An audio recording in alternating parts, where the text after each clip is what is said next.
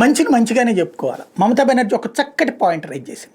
మోడీ ప్రభుత్వం చేసే తప్పును తప్పనినే మాట్లాడుకోవాలి, ఒప్పును ఒప్పనుకునే మాట్లాడుకోవాలి. మన బ్యాంకింగ్ ఛార్జెస్ గురించి నేను మాట్లాడినప్పుడు నాకు వ్యతిరేకంగా పోస్టులు పెట్టినా కూడా నేను నిర్మోహమాటంగా చెప్పాను, అది కరెక్ట్ కాదు, ప్రజల్లో అన్ని అభిప్రాయాలు మేము చెప్పినట్టే వినాలంటే కుదరదు అన్నటువంటి. అట్లాగే మందులు, ప్రాణాంతకమైన మందులు కొనాలంటే అల్లాడిపోతారు. హాస్పిటల్ ఫీజులు, ఆస్తులు అమ్ముకుని, క్రెడిట్ కార్డులు పెట్టుకుని, ఇన్సూరెన్సులు పెట్టుకుని నానా తిప్పలు పడుతుంటే ఆ టైంలో ప్రాణాంతక మందుల ధరలు పెంచితే ఎట్లాగా? ట్యాక్స్ పెరిగితే ధర పెరుగుతుంది. అదే మమతా బెనర్జీ ప్రశ్నించింది, దానికి వ్యతిరేకంగా ఉద్యమిస్తానంటుంది. ఆవిడ ఉద్యమించడం కూడా కరెక్ట్, అది ఆపాలన్నటువంటి చర్చ జనంలో నుంచి కూడా రావాలి.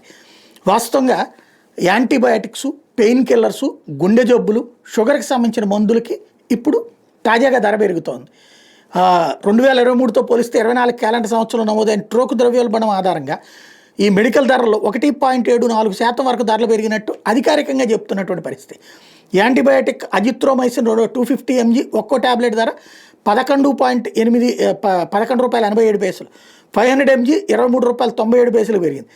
అమోక్సిసిలిన్ క్లాపులానిక్ యాసిడ్ కలిగిన యాంటీబయాటిక్ డ్రై సిరప్ ధర ఒక్కో ml గరిష్ట ధర 2 రూపాయలు 9 పైసలుగా నిర్ణయించారు. డైక్లోఫెనాక్ పెయిన్ కిల్లర్ ట్యాబ్లెట్ గరిష్ట ధర 2 రూపాయలు 9 పైసలు. ఇబ్రూఫెన్ 200 mg ఒక ట్యాబ్లెట్ ధర 72 పైసలు, 400 mg ట్యాబ్లెట్ ధర 1 రూపాయి 22 పైసలుగా పేర్కొన్నారు. దీంతోపాటు డయాబెటిక్, గుండె జబ్బులకు సంబంధించిన ధరలు స్వల్పంగా పెంచి వాటి గరిష్ట పరిమితుల్ని NPPA తన వెబ్సైట్లో అందుబాటులో ఉంచింది. ఇది 900 మెడిసిన్స్ ధరలు పెరిగినాయి.